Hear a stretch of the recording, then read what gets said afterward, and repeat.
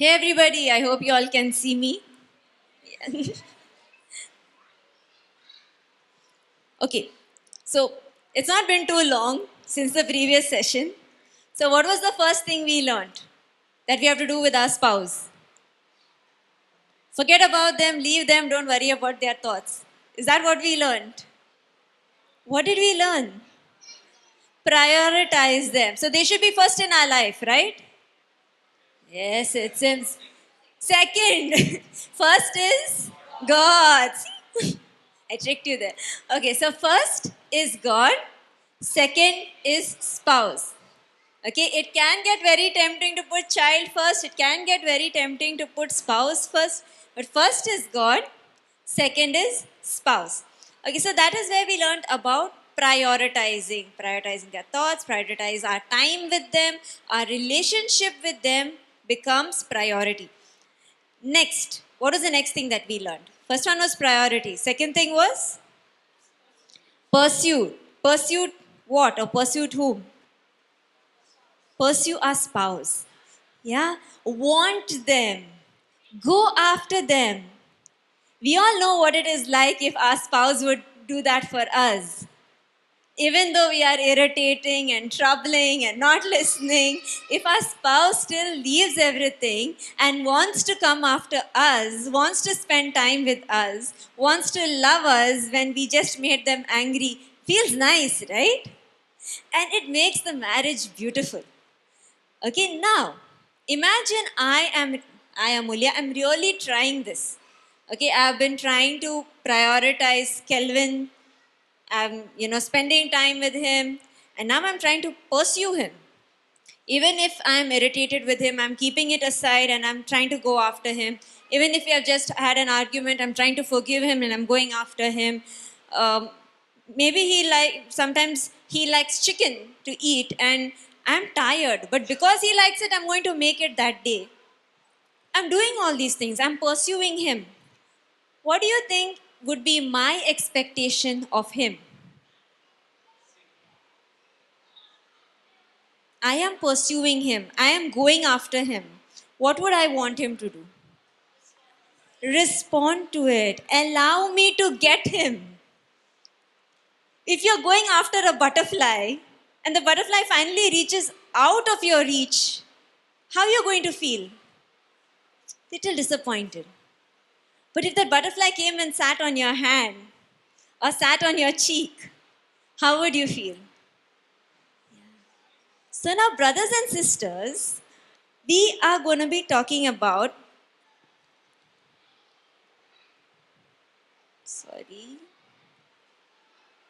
this part. We are not talking about trying to get our spouse. We pursued our spouse, and today we learned that our spouse is going to make attempts to pursue us. So we have a responsibility to allow ourselves to be taken, allow ourselves to become theirs. In fact, it is the commitment we made when we got married. This is not new. I will love you and honor you for the rest of my life. This is something that we are going to be trying to do even more today. So, how is this related in marriage? Possessing is to be one in flesh.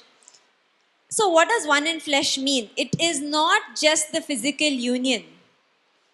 They didn't say just be one for some time. They didn't say that. This is not what that verse is. It is one in flesh.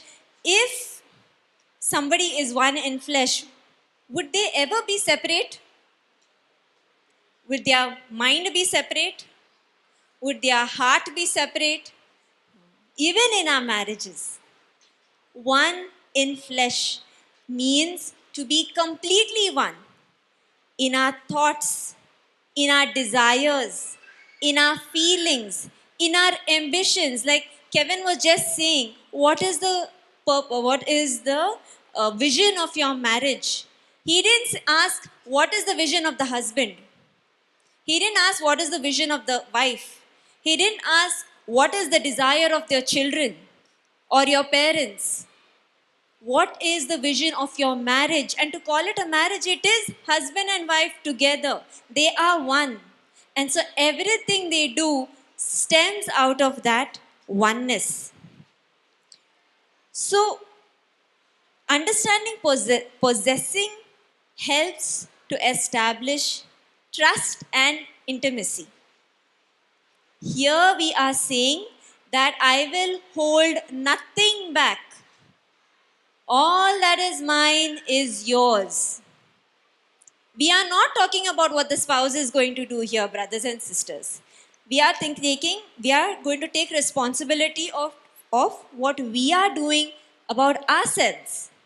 I have control over what is mine. And I say that what is mine is yours. There is joint ownership. Anyone has held a joint bank account? Okay. So in that bank account, is it that only one person can withdraw or both parties can withdraw? Is it that only one person can put in or both parties can put in? Both can. Both bear the benefits, both bear the costs, everything. So same way, you are now joint account holders of your life, not just your children, not just your house, not just your loan. You are joint in every aspect. So marriage is a complete union. Anything held back spoils the relationship and leads to a legitimate jealousy. Have we seen sometimes where a person is holding their mobile away from their spouse? Immediately the curiosity starts. What is there so much also in that mobile that you have to hide it from me? Yes or no? So for me, it's my fridge. I still call it my fridge because this is an area of struggle. Okay? My fridge is not the cleanest fridge in the world. You will find a container which has slightly spoiled things. You will find something spilt. You will find something that should have got over a long time back. And when Kelvin comes near that fridge, my heart starts pumping. Because he's a very neat and clean and organized person. So sometimes, even though I'm searching for something and I need help because it is inside the fridge, I don't ask Kelvin for help. Why?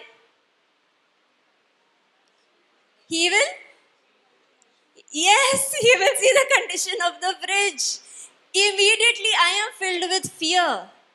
I am in need of his support, but I'm not willing to take his support because of something I have hidden inside the fridge.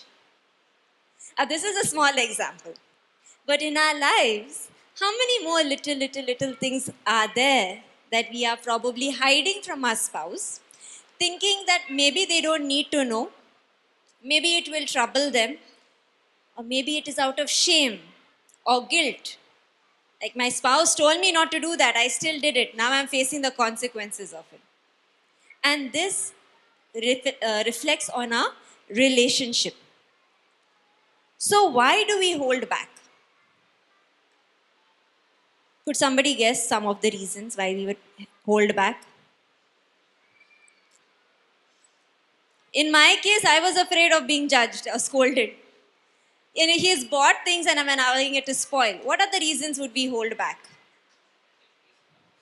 We want to maintain peace in the house, so we feel that by revealing it, it would lead to an argument.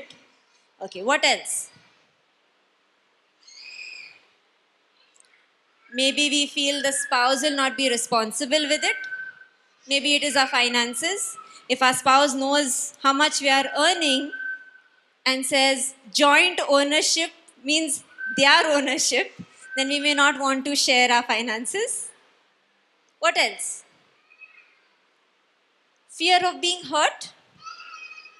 Yeah. So there was this time where, now I'm a very excited person, as you can see. Okay, and this is when we were courting. I mean, we were like dating each other, and there was this laptop open like this, and the wallpaper was open, the home screen, and it was a beautiful scene. You know, stars in the sky. One tent was there, and I look at it and I tell Kelvin like, Kelvin, wow, look at that wallpaper. Can you see the stars on it? He's like, yeah. So it's so excited. At least okay, he's not interested in that. At least because I said it with so much excitement, I felt he should have responded accordingly. But he didn't. Yeah. So I started holding back my excitement because it didn't just happen then. It kept happening.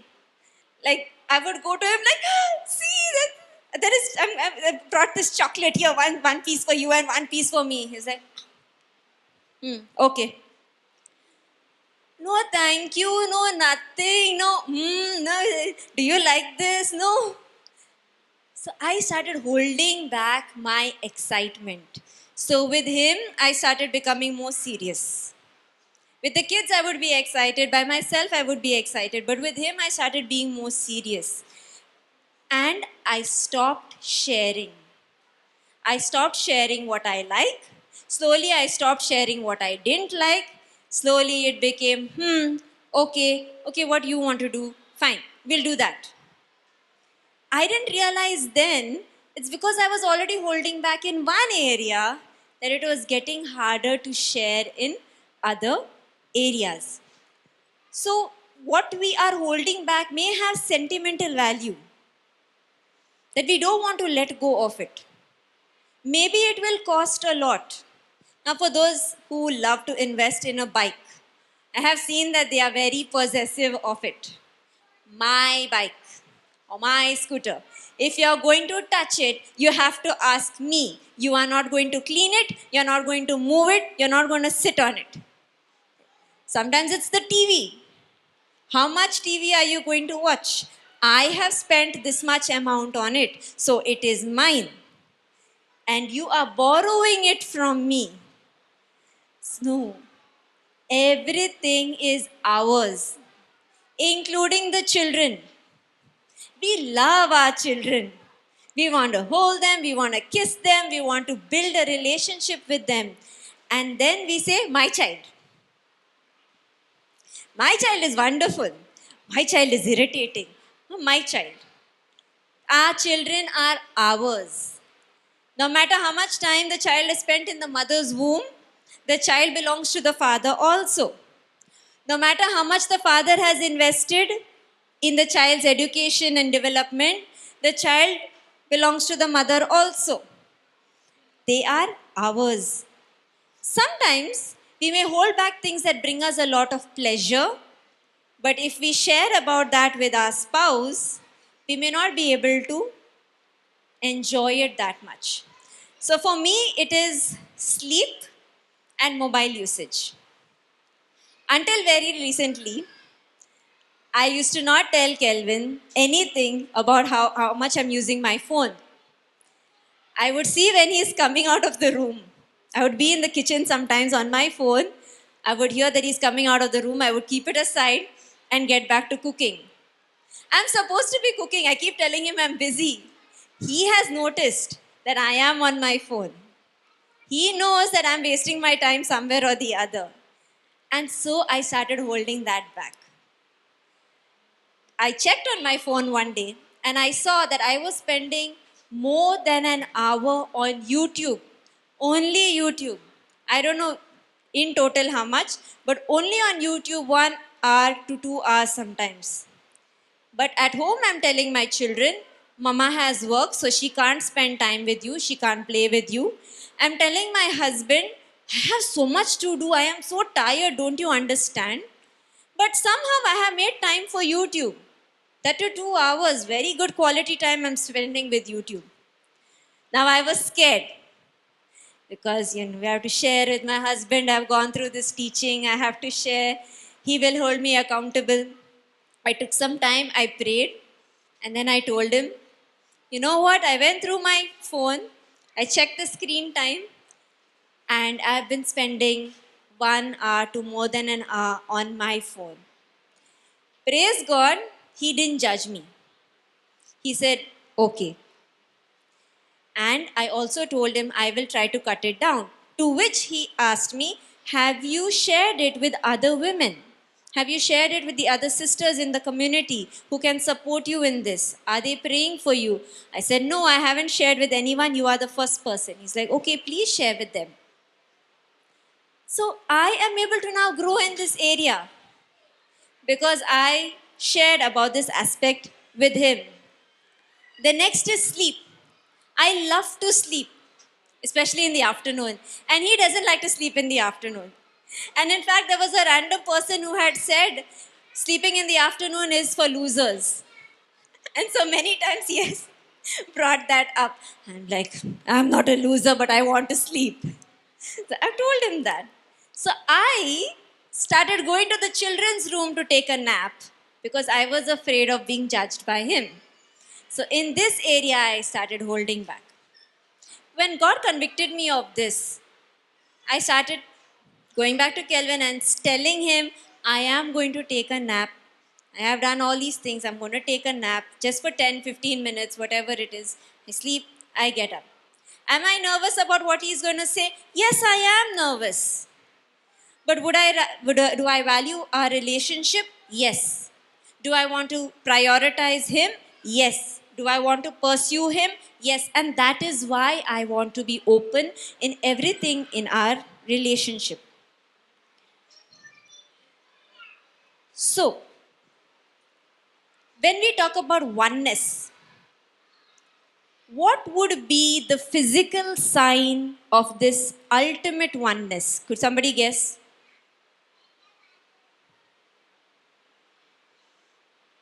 The physical, visual sign of this ultimate oneness. Where do we find it? Can you try again? Maybe before the children.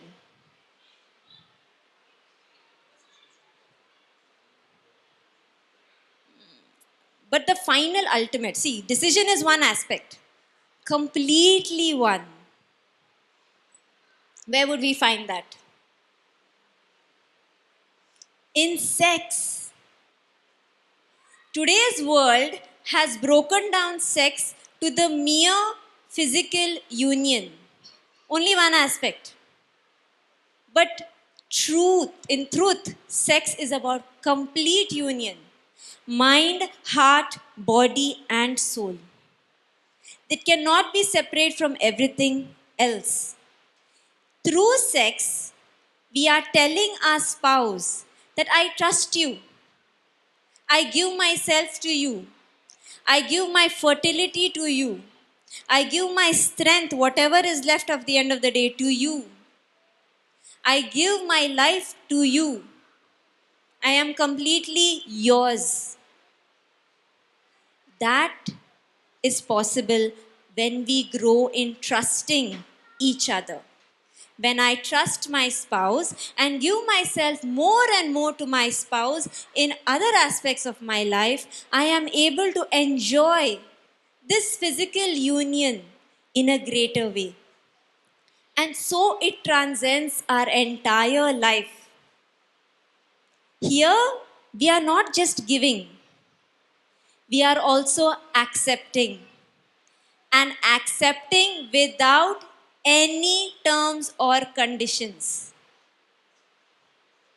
Our spouse is responsible for however they are, but I am responsible for accepting them with their good, with their bad, with their ugly. Kelvin and I have had arguments. We still do.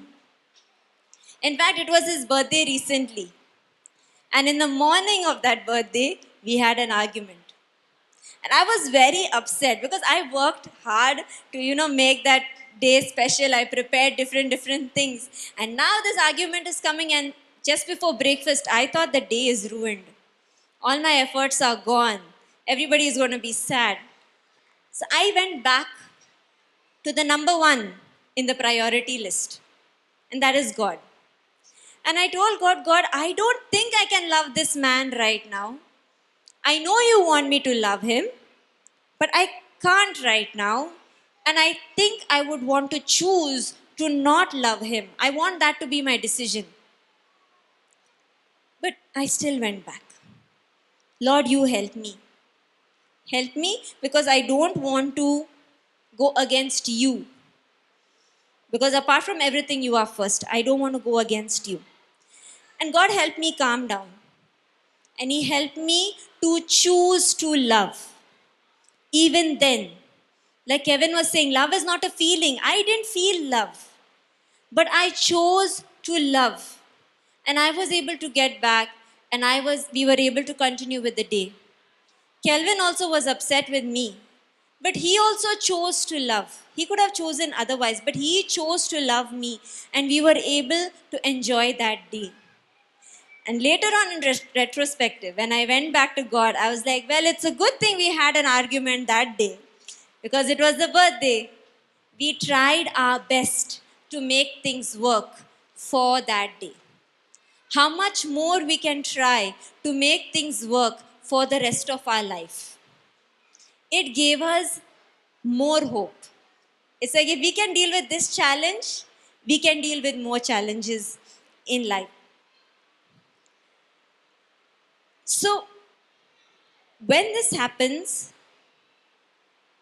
we come into a marital debt. And what is that? Can we all read this together? The husband should fulfill his marital duty to his wife, and the wife to her husband.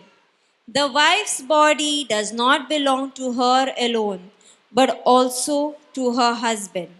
In the same way, the husband does not belong to him alone, but also to his wife. A clear understanding of exchange of ownership and control. I am not only mine, I am yours. Anything that goes against this, for example, abuse or any degrading behavior, does not allow the spouse to become one. And this is the mutual submission that is spoken in Ephesians 5. You can note down Ephesians 5, and when you go home, you can probably read it.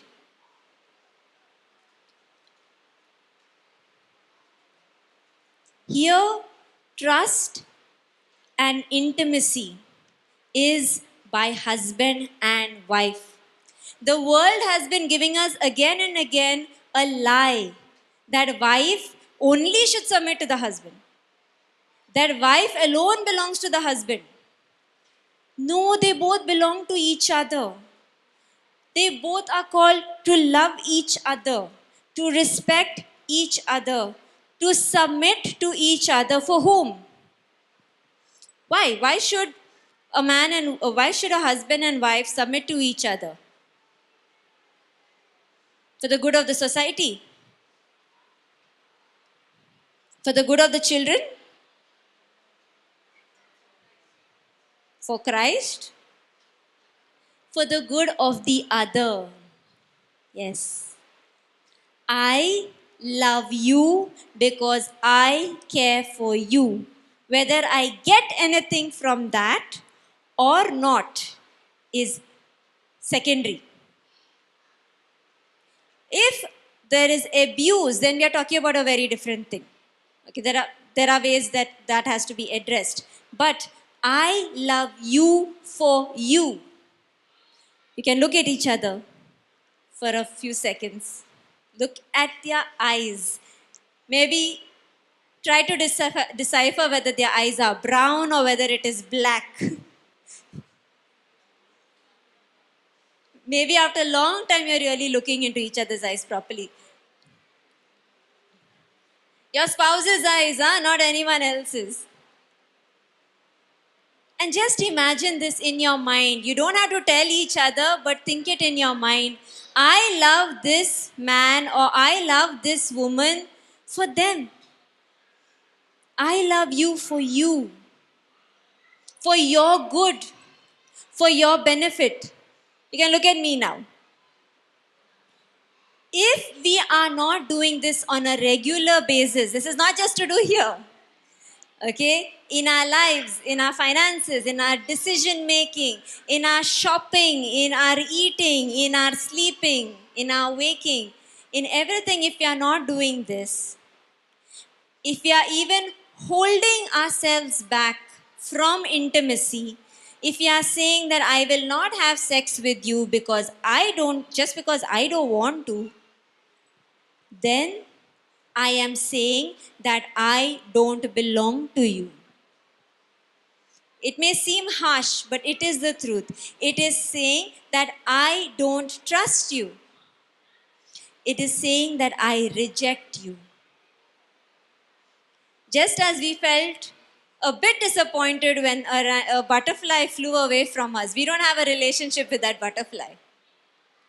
Similar way, when our spouse makes that bid, puts themselves out for us, brings themselves to embrace us, gives themselves to us, we are called to give ourselves to them, to embrace them, even if we are finding it difficult. Many people use sex as a way to manipulate. You didn't listen to me, now don't come to touch me. Now what do you care? You only care about sex, no? First you talk to me, then we'll have sex. No. There we are manipulating. We are not using sex as a way of showing my love, but I'm using sex as a hostage. You want it, you work for it. It is not a free gift. I may share. I may share my body. I may share my things. I may share my money, only depending on how you are going to use it. So for me, when we would have sex or when we would have foreplay, sometimes I would feel very icky. Though we have 3 children and we are parents to actually 6. 2 died in miscarriage and 1 we lost about a year back after 7 days. But during sex, I would feel a bit icky. They're like, he's not touching me in a nice way. He's not kissing me in the right way. I would want to like give him a tutorial, like why you're not doing it this way, why you're doing it that way. Like if he does it this way, I would enjoy it more. Where is my focus at that time? On whose body? My focus was on my body. How I am feeling. Am I getting pleasure or not? But when I started shifting this, and I asked God to help me here also. Brothers and sisters, you can ask the Holy Spirit to help during sex. I have done that because I used to struggle. I asked God to help me. Help me focus on my husband. How does he want me to touch him? How does he want me to kiss him? What kind of sounds turn him off? What kind of sounds help him? I started focusing on him. And the more I was able to focus, the more we were able to be truly one. These matters also I didn't hide. I shared with him that sometimes I feel that maybe you can do this and sometimes you can do that. And he also started sharing what he likes, what kind of touch he likes, where he wants me to hold him, what is comfortable, what is not comfortable. He is aware of my monthly cycles. So he knows which are the days where it will be more comfortable for us to have sex, when are the days it will be less comfortable. So he is more sensitive to that. Why? Because I have allowed him access to those areas of my life. So he knows now when I get a bit more irritated, I'm probably going to get my period soon. So he is more sensitive and he tells, okay, calm down. Like, chill, breathe. Okay, it's coming soon. He is sensitive about it. And it encourages me to share more. There are probably times where we have trusted and we have been hurt. And that is why we don't want to share. And these are areas that require forgiveness and healing, to which we have to come back to If we require forgiveness and healing, where do we go back to? Priority one. God. You see now how important it is to have that? And how important it is to have the spouse next. You keep them closer, you can work easier.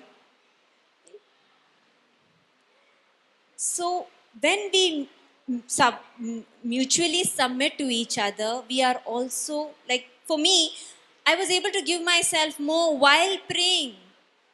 I'm going back to God, I'm going back to my spouse. I'm going back to God, I'm going back to my spouse. I'm going to my spouse because I love God, and God helps me to love my spouse. And due to this, we are able to revere Christ more. We are able to even understand the sacrifice Christ made. He died for a sinful people. He died for a people that technically did not deserve to be saved. Having known God, we turn away from God every day.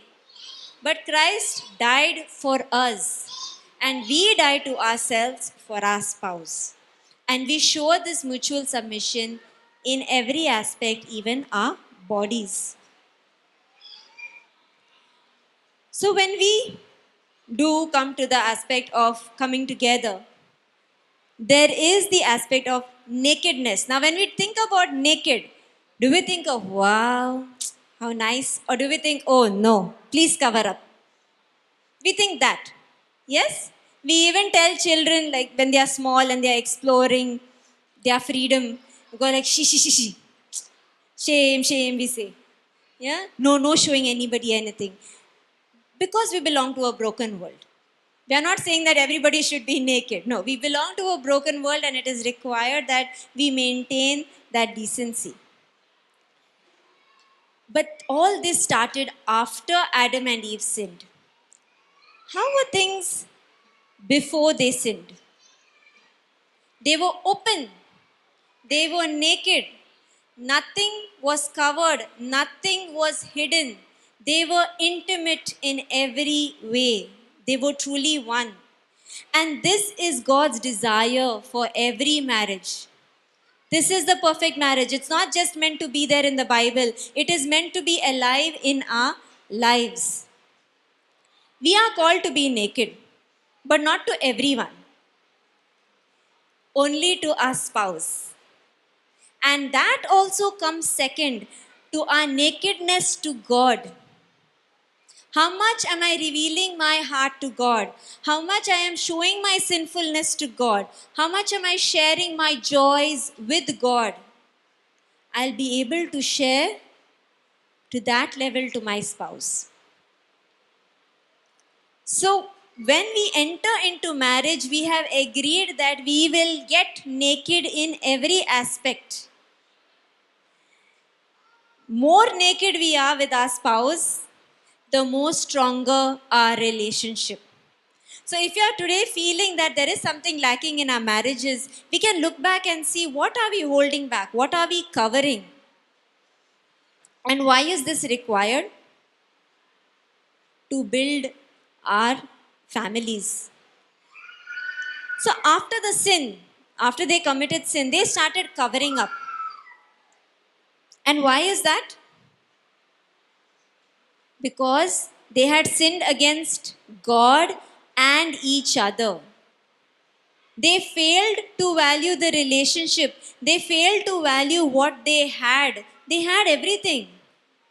But Eve allowed herself to get tempted. She didn't consult Adam before going. They were one, no? And there was nobody else to talk to. She could have just said Adam and Eve would have heard. But she didn't. She took a decision all by herself. She allowed herself to be tempted, and Adam joined in. You have eaten, I might as well also eat. He didn't stop her. He didn't correct her. We don't know what he felt. Maybe she will feel bad. Maybe. He didn't ask her, would you mind if I correct you? Nothing. He joined into that sin. And this led to fear. That if I expose my sensitivity, then I will be hurt. If I now bring myself before my spouse, they will judge me. That day you ate, no? That day you did that, no? Again you're doing it. See, don't do that again. Because of you only we are out of this garden. There is that fear. There's nothing spoken about whether they were able to talk about it and heal from it. We don't know that. But there was this fear that set in. And so we also struggle with that and are not able to set our differences aside and come together. There is also the struggle to be pure in our relationship. The biggest thing that is affecting relationships today is pornography, masturbation, abortion, contraceptives, anything, brothers and sisters, that goes against the unity, the sanctity, and the procreative value of a couple will affect a marriage.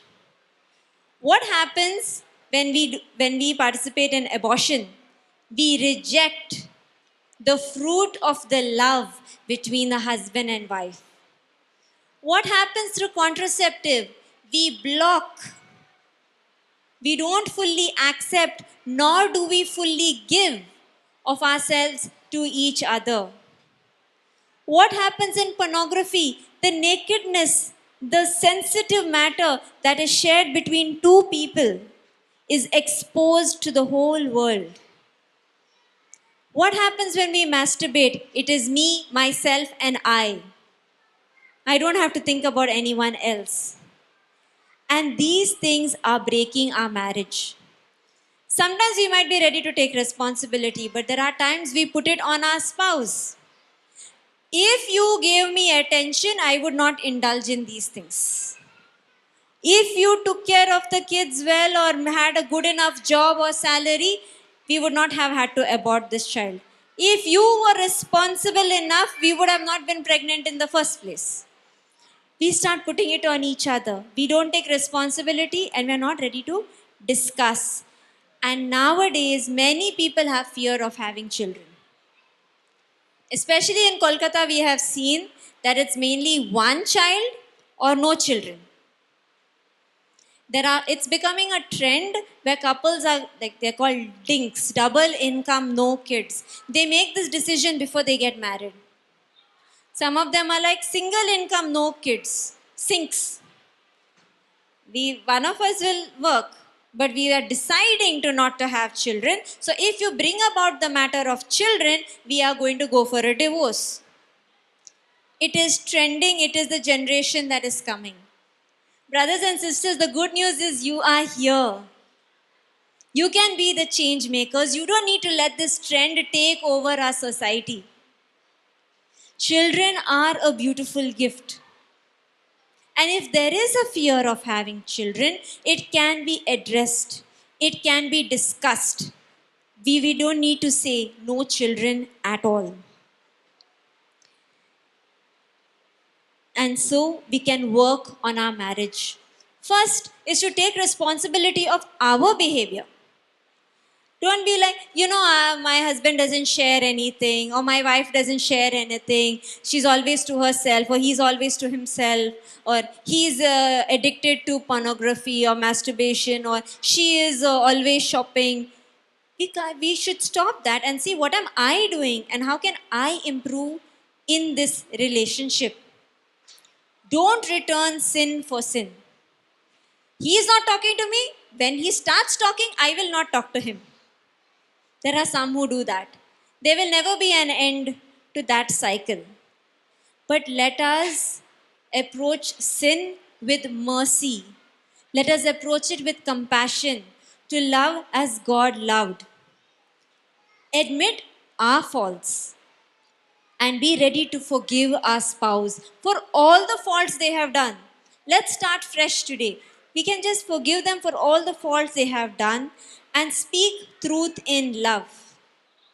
We can, now, for Kelvin, this is a bit of a struggle, but he has blessed me so much by learning to speak truth in love. Like I said, he is organized, I am not organized. So initially when he would come home, he'd be like, table is not clean, clothes are not put for wash, this is still like this. What did you do whole day? But now he has learned to say, okay, what happened? And then when I share about my day, he's like, okay, do you need help? Or he says, well, I noticed that this place is not clean for a while. It's going to get spoiled. Can you please do something about it? And what do you need to do so that, what do you need from my side so that you do it? It's a discussion. And because of his compassion, I'm able to move forward and get things done. Pray for each other. We are all human. We are all fighting a powerful enemy. Our God is more powerful. We need to bring him into our families. Family prayer. Your personal prayer for your spouse. If your spouse is struggling tremendously, say a full rosary. Call all the angels and saints to intercede for them. If you are too busy, just say the litany of the saints and say, pray for him, pray for her, pray for him, pray for her. Use them. But let us pray for our spouses. Seek righteous fellowship. Once we were going through a little difficult few days. I'm not the same as what Kelvin was talking about, a long time of arguments, but few days, and I was like, something is not right, something is not right. I shared it with the sisters in our group. Okay.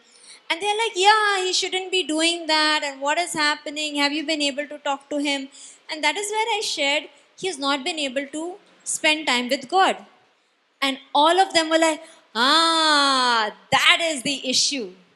Then immediately they were like, you don't worry, Amulya, you just pray for him. He just needs to get back to God and everything else will be fine. And that's exactly what happened. I prayed for him to get back with God. And when I don't do my prayers, he knows because I'm a dragon in the house. And he comes and says, have you done your prayers today? I go like, no. Please sit and do your prayers. It's okay if you are hungry. We will have, what is that? Pani bath. We will have pani bath and curds. It's okay. You sit with God. Because if you are filled with him, we all can enjoy. And same goes for him. When he sits with him, he's a wonderful man. Even though he does wrong, he's able to come back and say sorry. And I do value that. Don't allow Satan to take away God's desire for your marriage. God loves you. He loves your marriage. He wants you both to be together. You are his hero and heroine couple. It is not a fairy tale, it is the truth. And God is invested in this. He is 100% invested in this. The question is how much we want to use that investment. Let us not give up. Let us prioritize. Let us pursue this marriage and this relationship in a pure way. And if we do this, we will definitely see God's blessing in our marriage. So with this, I thank you all for listening, and I do wish, I do pray that each of you are able to grow more fully in being open, in being vulnerable, in allowing yourselves to be possessed by your spouse and living a life of purity. Okay, so let's close our eyes for some time.